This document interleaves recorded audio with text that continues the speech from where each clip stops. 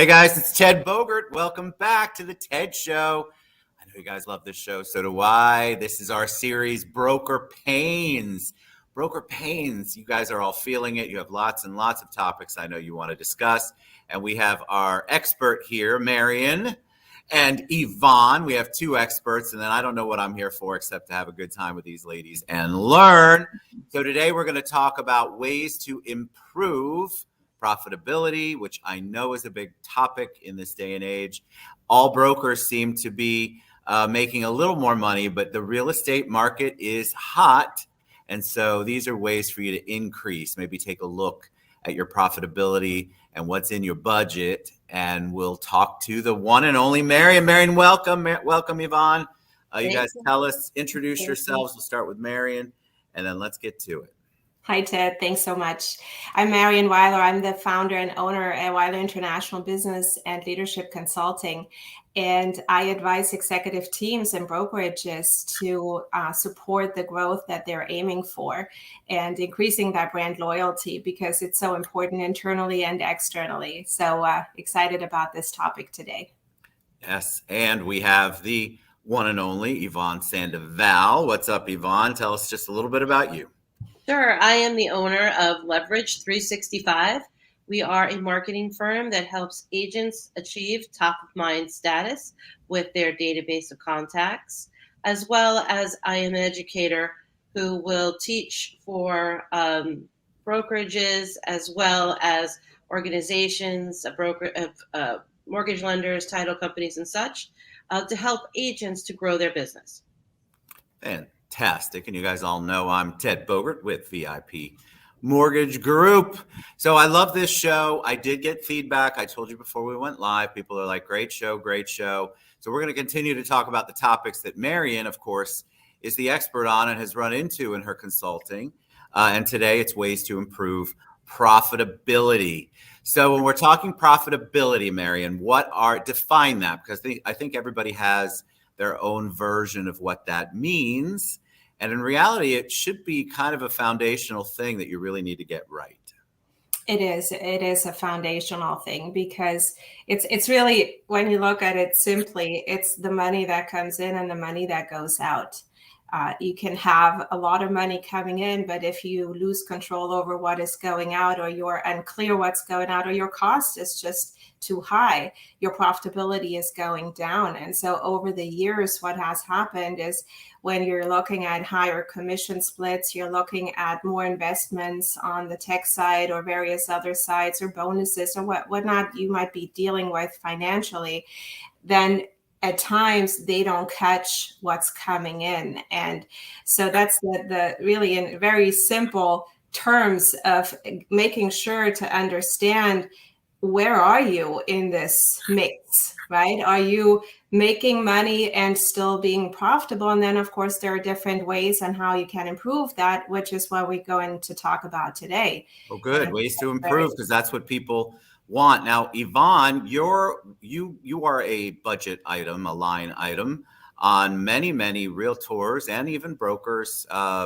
budgets.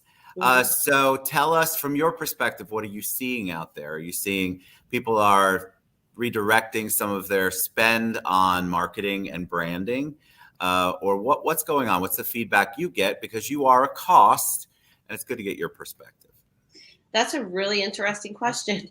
Yeah, I see brokers spending money on tools, and I'm being basically in a kind of a consultant manner, as well as an actual marketing tool for their agents. And they're being very particular about what they're spending. So they are keeping it close to the vest, and they're trying to provide value to their agents in a way that the agents will find value in it. So between websites and CRMs and marketing tools, I think that there's just kind of a rush to get something in place, and they're not usually really investigating if that agent wants that tool, or if that tool is effective for the business or is in line with their goals. So I think that that's what would help with profitability, is if that they do a little bit more investigating on what the agents are looking for, what they're actually going to use, because a lot of systems that they put in place aren't being utilized. And that is actually not, that's a cost. That doesn't become a profitability factor. That's a great point. And I want to go to Marion on that, because I think people, brokers, owners, people who are in charge of spending the money, they don't always poll their employees. They don't always have the tools. They might want to improve it, but they have no idea about the in and the out part, what's bringing in money. They're tracking. There's not a lot of accountability or tracking. And so the brokers, the owners, the real team leaders, they're going in and just willy-nilly picking things that they think might be helpful, when in reality, that's, like Yvonne's saying, that's just this added cost that nobody's utilizing that could have been redirected somewhere else. Mm-hmm. Those are great points, because really what Yvonne was just talking about is the intentional management. And as a very first step, when we go in, is to do an assessment of what's actually in place, because let's not get this confused to say, oh, we don't invest, we don't spend any money. And I've seen that many times where we are randomly starting to cut cost and really are ruining our business in the process. That's not the idea here. So I want to make sure we are all on one page. We're not saying, oh, let's cut out whatever cost. There needs to be an intentional approach to that, where we see what is actually moving the needle and where's the return on investment. So when you're looking at tools, or you're looking at consulting, you're looking at help and resources that are actually moving the business forward, both on the brokerage side and on the agent side, that's where you want to be. But in order to do that, you need to get an assessment and get really crystal clear on what do you actually have in place. And that's the intentional component versus constantly reacting to what is coming. And I've seen that many, many times when brokerage owners are, this agent says, oh, we need to have this, right? They have this over here, we need to have it. And then that agent is never adopting it. They're actually never using it. The next agent says, oh, we need to have something else. And the brokerage owner, in an attempt to actually make them all happy, makes nobody happy, because now they're hearing, oh, here comes another tool. We have to learn, who has time for training, we're out in the field. And now you're in the rat race, right? You need to get out of the rat race for two reasons. One is you want to keep your sanity. And the second reason is you want to retain and attract agents. So you need to have things that are actually in line with, to Yvonne's point, your goals, your strategy, even your business model. Yes. Right. That's a whole other conversation. But that assessment and intentional work has to take place first. And then we can start looking into, now, what is the cost associated to it? I always call it the must-have cost and the nice-to-have cost. And I think, Ted, you and I have been talking about that before, right? Not all cost is the same. You have to invest in your business. If you're not investing in your business, regardless, brokerage level, agent level, you're not really in business. Let me ask you, because I know this has come up in many conversations, not with you all, but out there.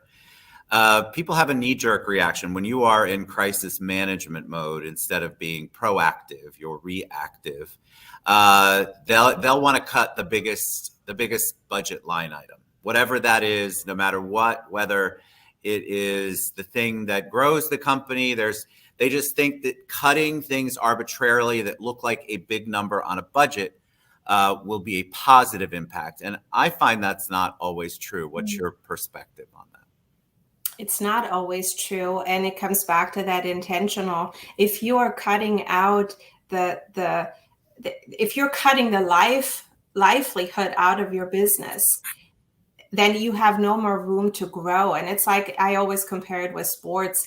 You don't want to be on the defense. You want to be, especially during crisis mode, you want to be on the offense. And that requires a certain level of trust. And again, an intentional management to say, okay, if I cut out XYZ, what kind of consequences is that going to have? Because if you're losing agents over that, if you're losing business, if you're losing potential revenue coming down the road, and that's where a certain level of courage is required there too, to say, you know what, I know this is scary, I know this is uncertain, but here are our goals, here's our plan, and let me see what else I can take out, because there are, in my experience, so many line items that either we don't even realize that they're there, or we have redundancies, they're doing similar things, or we could go back and really figure out which tools were actually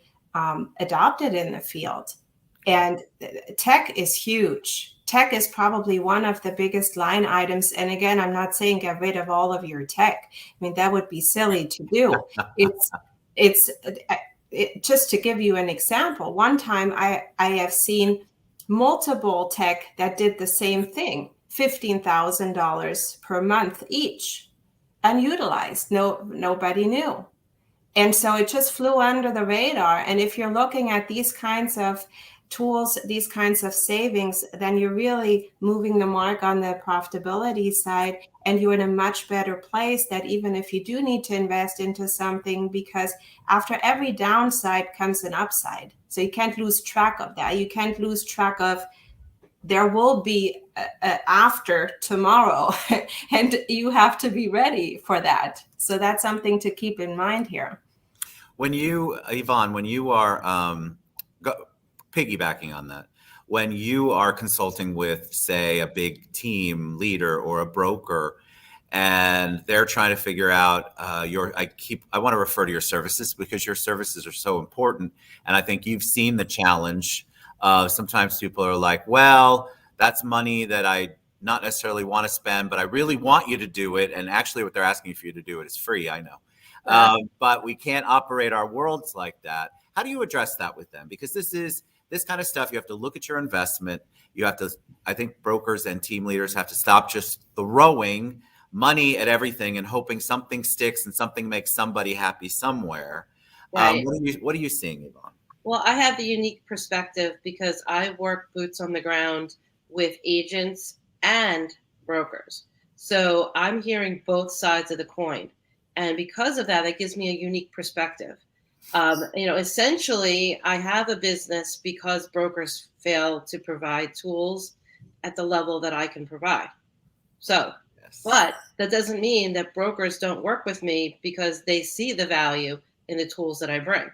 So when it comes to that perspective, I'm looking at the agents, and I will ask a room, and you and I did this. Yeah. We had 61 people in the room, and we asked them, your broker provided website, how many of you believe that your customers are searching for homes on your broker provided website? And we had 0 hands get raised in the room. They all understood that where people are going to search for homes is on Zillow and Realtor.com.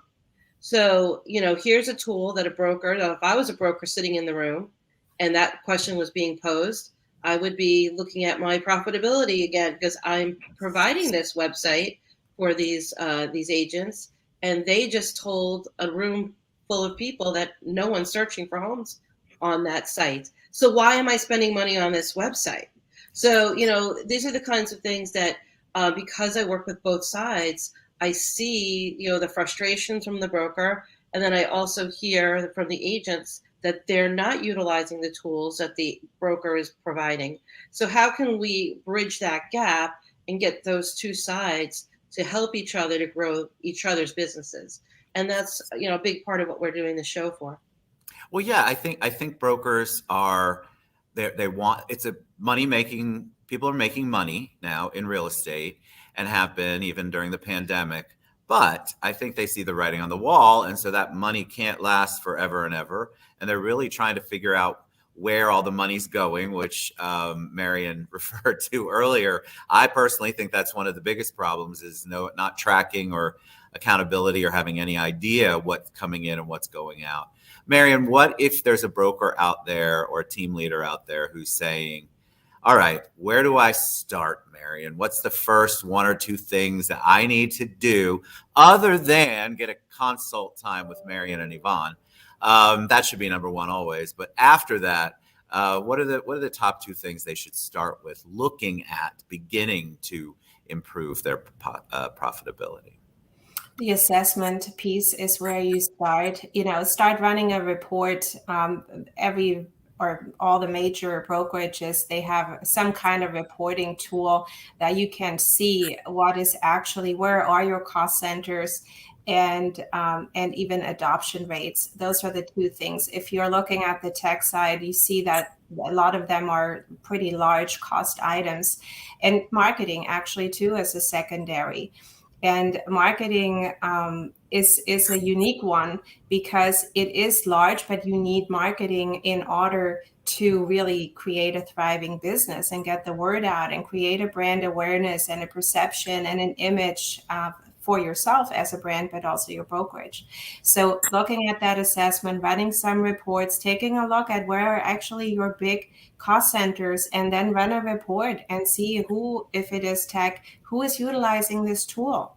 And then if you realize that it is an important tool, but maybe the adoption isn't there, then you need to start with integrating. What does that mean? How can you perhaps train your managers? How can you help them enforcing what you want to do on a corporate level? Because without your managers in the field who are going to then work with your agents, it's going to be very difficult to manage all of that from a corporate setting. Now, if you're a smaller brokerage, then that makes it a little bit less complex because you're closer to the agent and you're actually seeing, you're getting the feedback. And I'd say don't be afraid to get the feedback, but then at the same time, evaluate the feedback, because everybody is going to have an opinion. You'll never make everybody happy. So ultimately, you need to decide for your brokerage, is it aligned with your goals? Is it aligned with your strategies, where you want to be,